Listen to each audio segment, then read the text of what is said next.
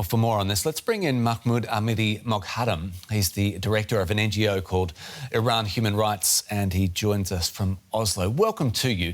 I want to start by asking, has your organisation been in touch with inmates' families? And in turn, do we know if inmates have been able to contact their families? Good evening. Yes, we have been in contact with some families, and some of them have received calls or information, and many haven't heard anything about their family members who are in prison, and they are very concerned. And in short, what are you hearing? What do the families say they are hearing from the people inside?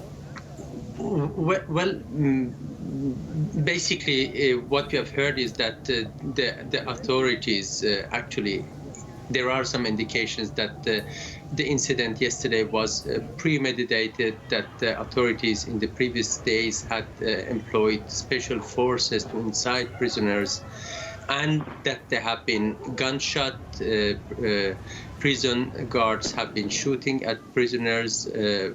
They have also thrown tear gas inside the wards.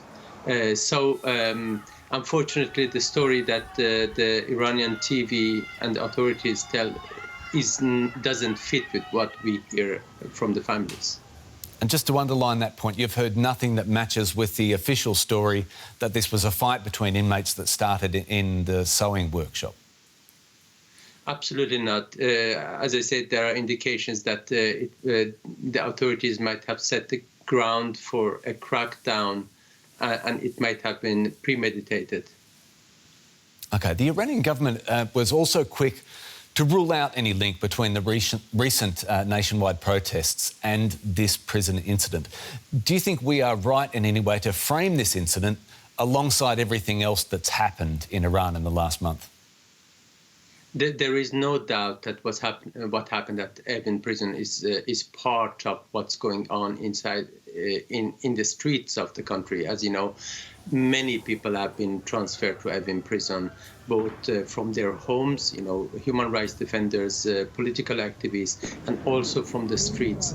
And Evin Prison, we had a similar episode in another prison in northern Iran, and also a prison 2 weeks ago in Kurdistan. So it seems that prisoners, in line with people off the street, have joined the protest, and the crackdown is also severe inside the prison as it is outside. The prison itself has had a reputation that includes torture and denying medical attention to inmates. Just quickly, could this incident be any sort of catalyst for change there? Well, we have the brightest people of our society in the Evin Prison.